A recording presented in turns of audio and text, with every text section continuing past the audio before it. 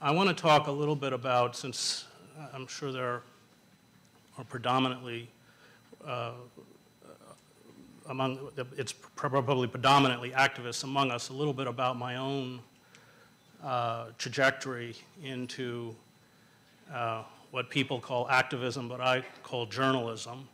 Journalism, by its nature, is a form of dissent, and all of the great journalists have been dissenters, whether that's Ida B. Wells, who exposed lynching, or I.F. Stone, the great investigative journalist.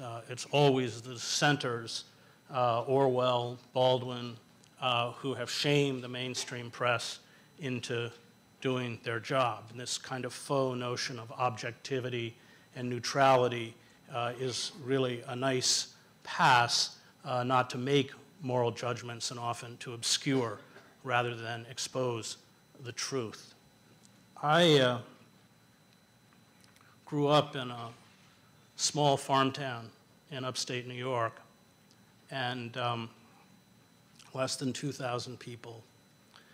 My father was the minister in the town at a big red brick church, and we lived right next to the church.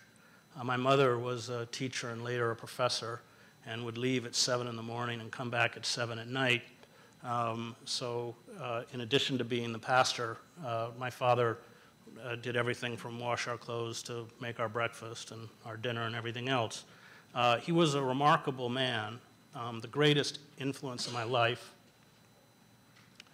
He was an early supporter of the civil rights movement. This was an all-white town. There were no people of color.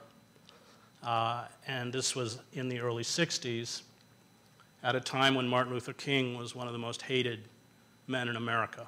And I can remember people walking out of my father's sermons as a boy.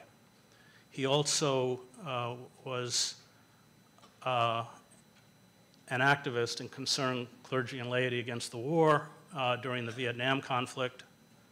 I remember when I was about 12, my dad telling me that if I was 18 and the war was still going on in Vietnam and I was drafted, he would go to prison with me. And to this day, I carry this image of sitting in a jail cell. But what really marked his courage, I think, and I think all moral stances come with a cost. And if there isn't a cost, it's a pretty safe bet that it's not a moral stance, was his decision in the 70s to stand up for GBLT rights as a ordained Presbyterian minister.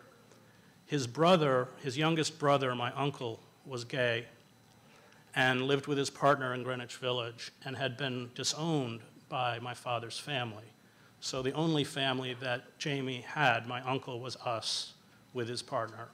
But my father, because of his love for his brother, understood the pain of being a gay man in America in the 1950s and the 1960s, and spoke out publicly for GBLT rights.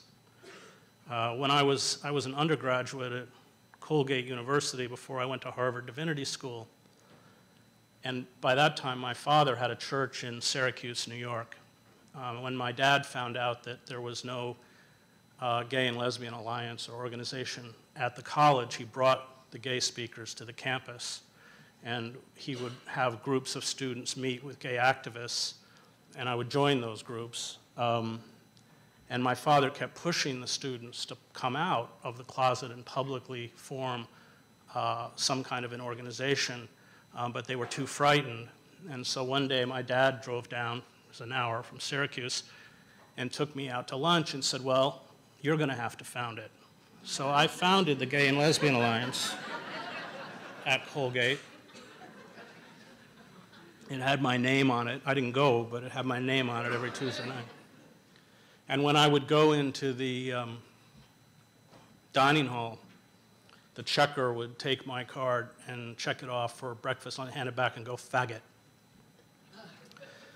So the church got very tired of this, as you can imagine, and they told my father to stop speaking out. And my father's response, just so you know where I get it from, was to announce a public Easter service for the GBLT LT community of the city of Syracuse, New York. And he was an amazing preacher, my dad. And he came down and got me at Colgate, and he said, I want you to come.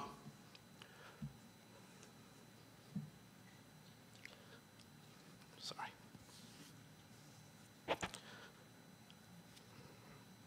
I want you to come because it's the last time you'll hear me preach.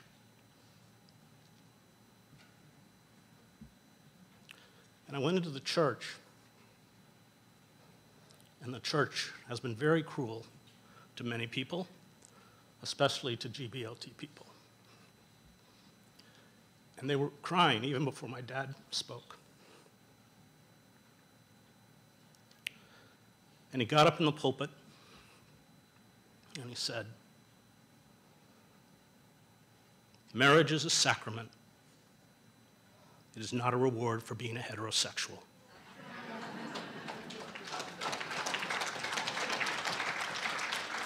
And any church that refuses to honor the sacrament of marriage does not deserve to call itself Christian.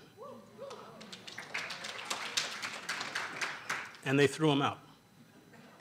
And he couldn't get another church.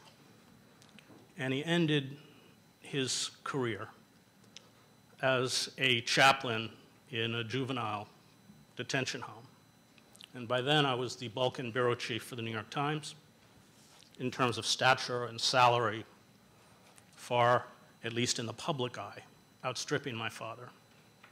And the last time I saw him, he was sitting in a windowless basement room with stacks of files for troubled children. And I walked out and, of course, knew who the greater man was. That experience has colored my entire life. He set the standards by which I have tried to live.